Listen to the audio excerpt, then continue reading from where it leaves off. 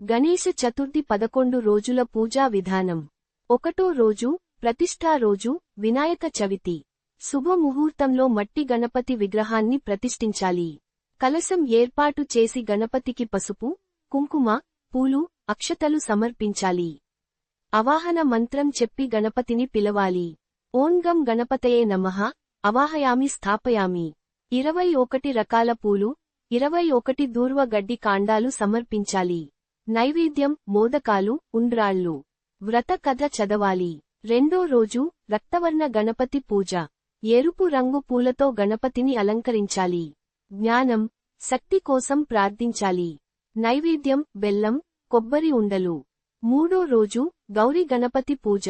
పార్వతీదేవిని గణపతితో కలిసి పూజించాలి. స్త్రీలు సౌభాగ్యం కోసం పూజ చేస్తారు. నైవేద్యం పులిహోర, పాయసం. 4వ రోజు బాల గణపతి పూజ.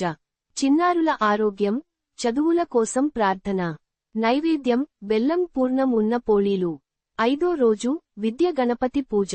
విద్య, కళలు, జ్ఞానం కోసం పూజ. నైవేద్యం పాలు, పాయసం. 6వ రోజు విఘ్నేశ్వర పూజ. విఘ్నాలను తొలగించమని ప్రార్థన. నైవేద్యం దోసెలు, చట్నీ. 7వ రోజు మహాగణపతి పూజ. కుటుంబ శ్రేయస్సు, ఐశ్వర్యం కోసం పూజ. నైవేద్యం బెల్లం అప్పాలు. 8వ రోజు ఆహ్లాద గణపతి పూజ. సంతోషం, ఆనందం కోసం పూజ.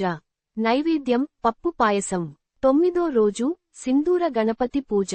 గణపతిని కుంకుమతో అలంకరించాలి. నైవేద్యం బూరెలు. 10వ రోజు ఉత్సవ గణపతి పూజ. చివరి రోజు మహాహారతి. కుటుంబ సభ్యులందరూ కలసి భజనలు, హారతులు చేయాలి. నైవేద్యం చక్కెర పొంగలి. 11వ రోజు నిమజ్జనం. ఉదయం గణపతి పూజ చేయాలి. నైవేద్యం పెట్టి మహాహారతి చేయాలి. గణపతికి ఉత్తర పూజ చేసి, మళ్లీ వచ్చే సంవత్సరం రావాలి అని ప్రార్థించాలి. భక్తి గీతాలు పాడుతూ నదిలో లేదా నీటి ట్యాంక్లో మట్టి విగ్రహాన్ని నిమజ్జనం చేయాలి.